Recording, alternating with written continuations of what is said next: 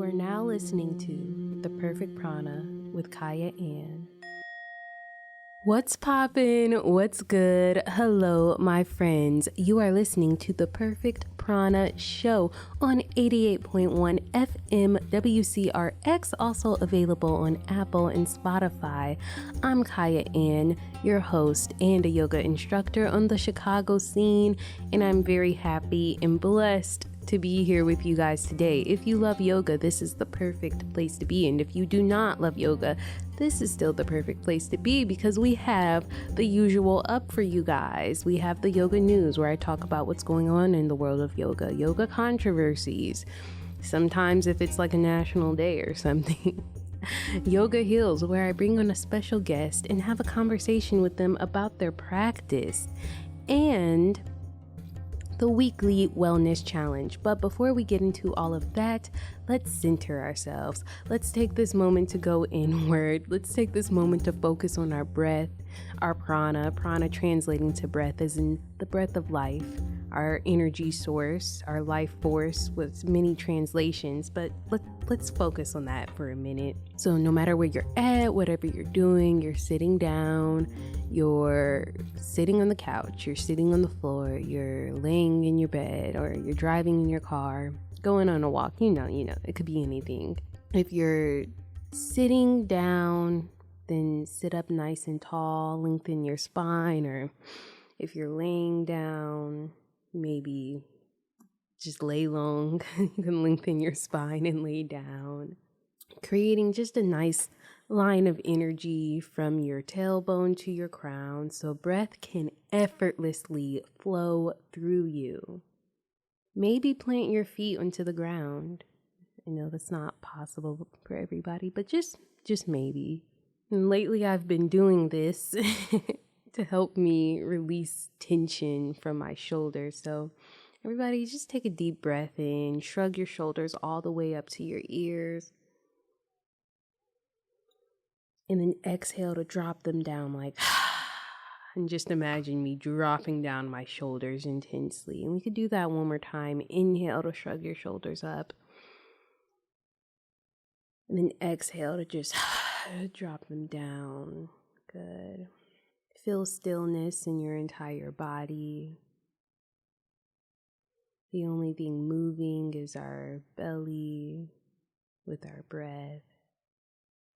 Go ahead and push out all your breath. And take a nice slow inhale through your nose. Fill up your belly like a balloon. And then exhale. Let out that sigh like pooling in your belly button. Make it the longest sigh possible. Push out all the air possible. Inhale through your nose, right into your belly, into your rib cage, into your lungs. Exhale, let out that sigh, making it long and drawn out as possible, pooling in your belly deeply. Inhale through your nose. Let your breath travel to each part of your body, nourishing it. And then exhale with stillness, letting out that sigh, relieving tension, releasing anything that is not serving you. Let's take one more deep inhale together. Nice and steady through the nose, filling up your belly, letting the breath travel up your body. Then exhale, sighing, feeling the breath leaving your belly. Let your breath come back to a steady rhythm. I declare centeredness. Let's get on with the rest of the show. Yoga news. Car slams into yoga studio in Orlando. It's always Florida, they say. No, but seriously, this was crazy. Basically, this driver, they crashed into the studio around like midnight, and then they drove away. there was severe damage to the studio. Luckily, nobody was in the studio. It happened at night, and people were shook. They were like, where'd the driver go? Yikes. Well, it sucks that people's studio was taken away, and I hope they still get to continue their practice, because that sucks. Also today for the yoga news, it is National Random Acts of Kindness Day. I feel like a lot of yogis talk about kindness, and it's all about having heart chakra, yay, be kind, be loving, embody love, give love, receive love, love, love, love, love, love. And, I'm with it. I'm with the movement. I could use more love. I could give more love. For sure. And definitely reflecting on things on my life, as this was the week of love. So I'm on this National Day website calendar, and I'm gonna read a few of their ideas, things that might be nice to exercise, random acts of kindness, which this is actually February 17th. So the day that this airs, it is a good day to do a random act of kindness, to really embody love and to do things out of love. And I would say definitely for yourself, but definitely for others around you. And I want to think about that. Like, what's something kind I could do for somebody in my life, or that I just cross paths with? Let's see. Pay for somebody's coffee, leave a kind note for someone, share words of encouragement, drop off a load of groceries at the food pantry, mail a thank you card, get flowers for somebody. See, we're still in the love mood. Just smile at somebody. I know that's right. Just look at people and smile. That is so important. Honestly, when I feel love, like I can feel love in my body, those are my best days. When I feel love in my entire body, everybody that I cross paths with, I'm smiling, and it's just, those are the best days. I live for days like those when I am just, love is just in me and it's just permeating off of me. Like, those are the best days, and I hope that everybody gets to experience that. I hope everybody gets to experience love. Experiencing love almost feels like a human right. On to the personal yoga news. February 17th, Saturday, the day that this airs, I will be teaching at Yoga View Community Class, North Elston location, at 2 o'clock. Yay, it's free to whoever wants to come have a party with me. Anyways, on to the part everybody is waiting for.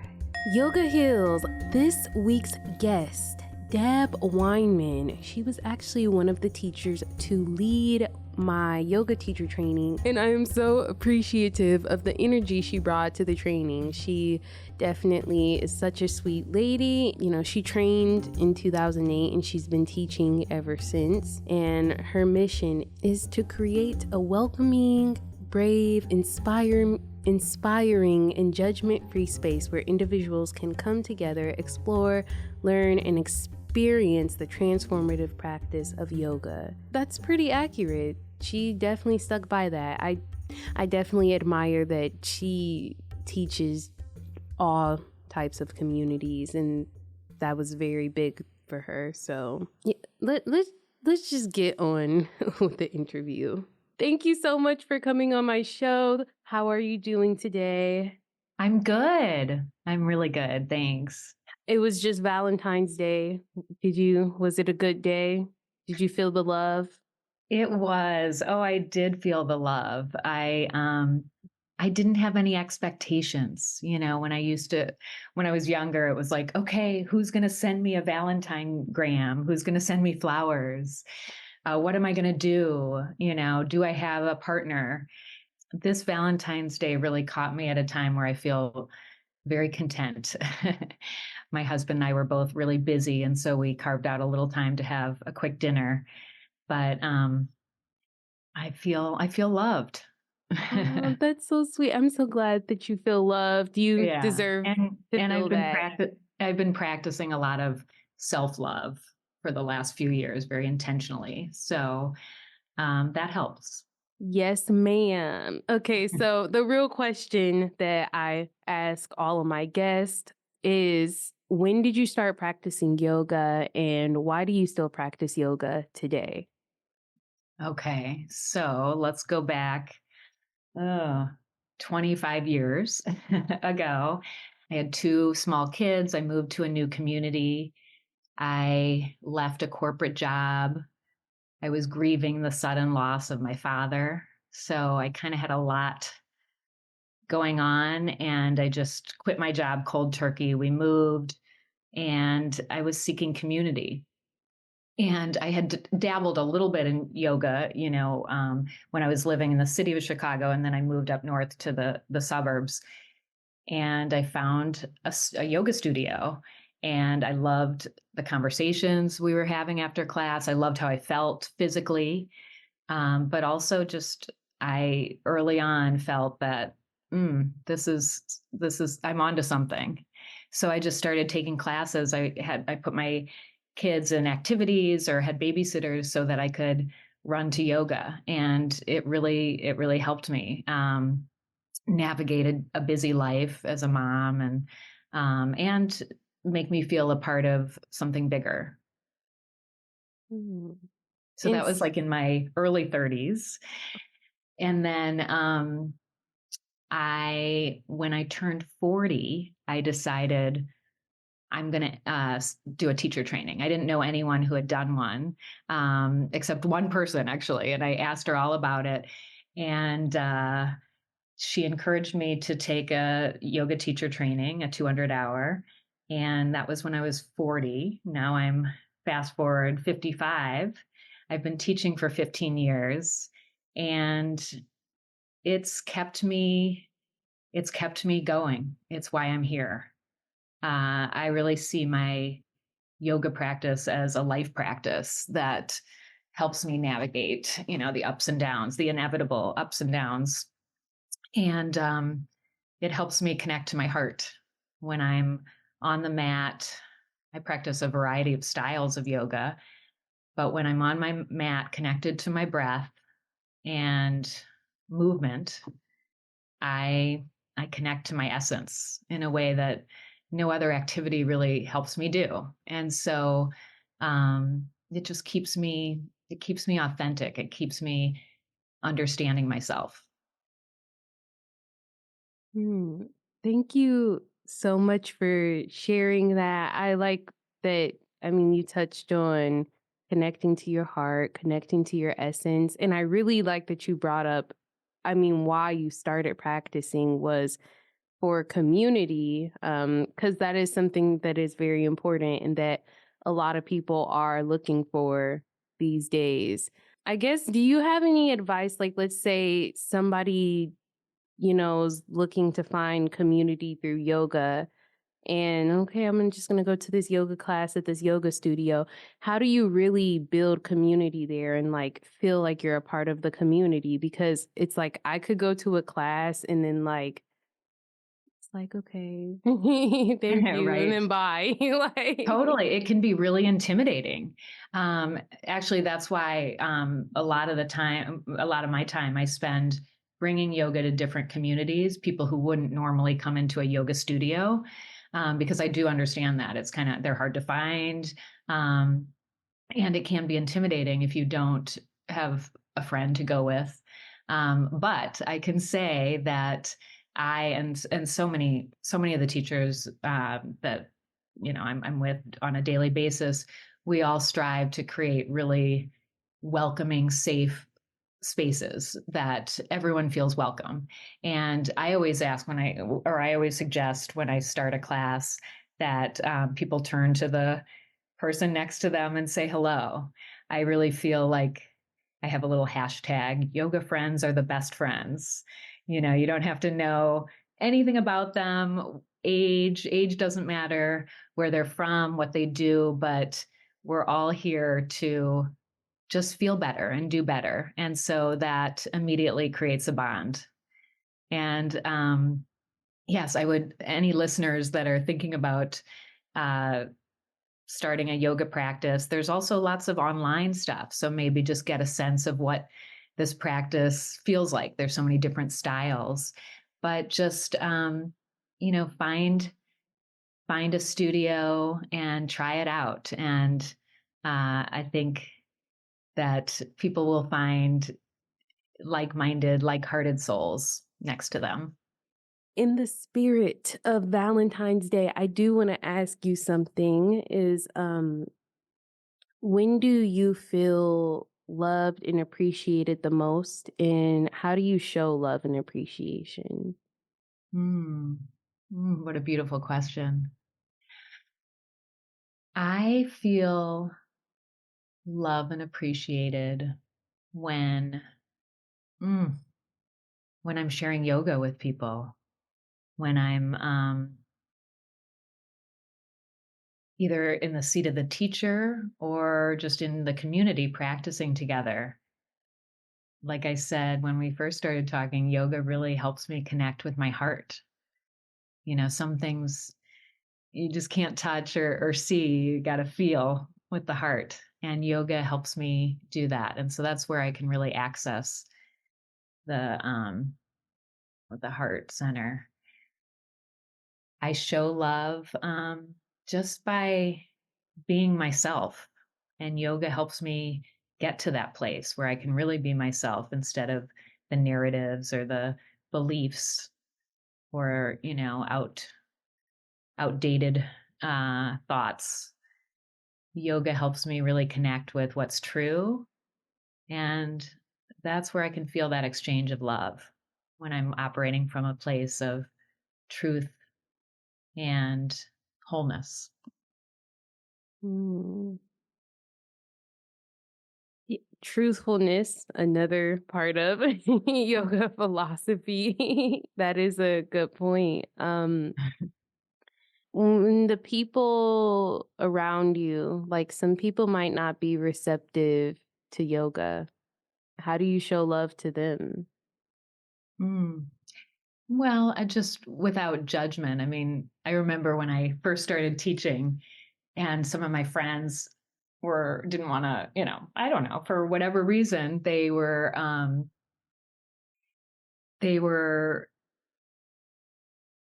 hesitant to try my classes. And I just knew that they would when they were ready.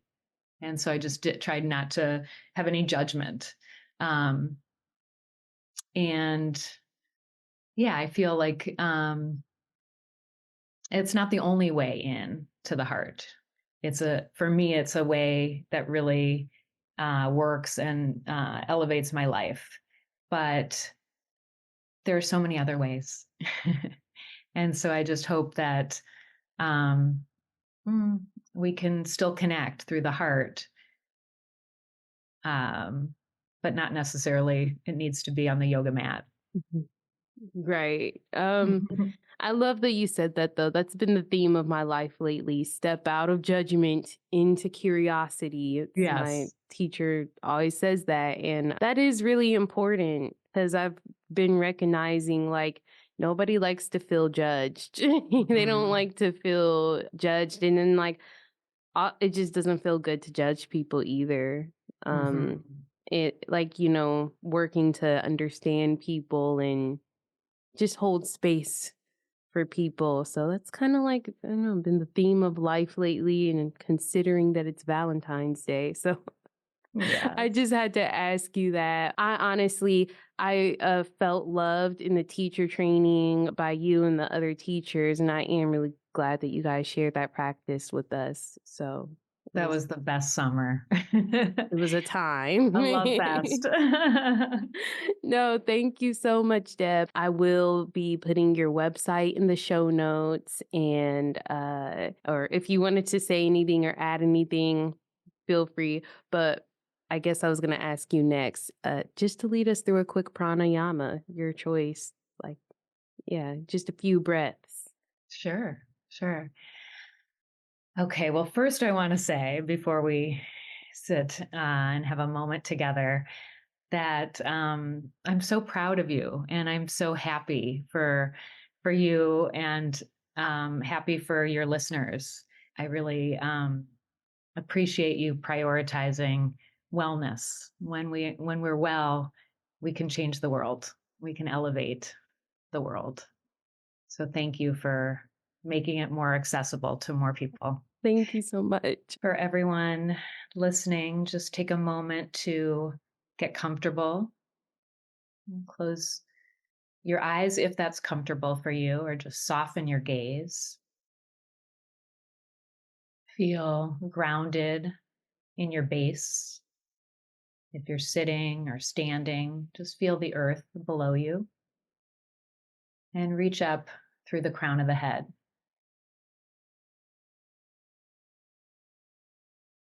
And just bring your attention inward. Find your breath. Let's just breathe together, a little bit slower than normal. Finish the breath you're on. And take a deep breath in through the nose. Fill up your whole body, expand your heart center with breath. And then exhale slowly through the nose. Inhale through the nose. Pause at the top. Let your heart absorb the vital breath and exhale slowly. One more breath together.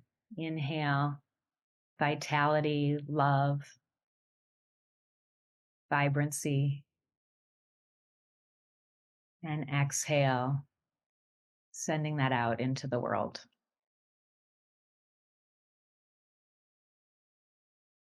Just relax your breath. Slowly open your eyes, taking in your surroundings.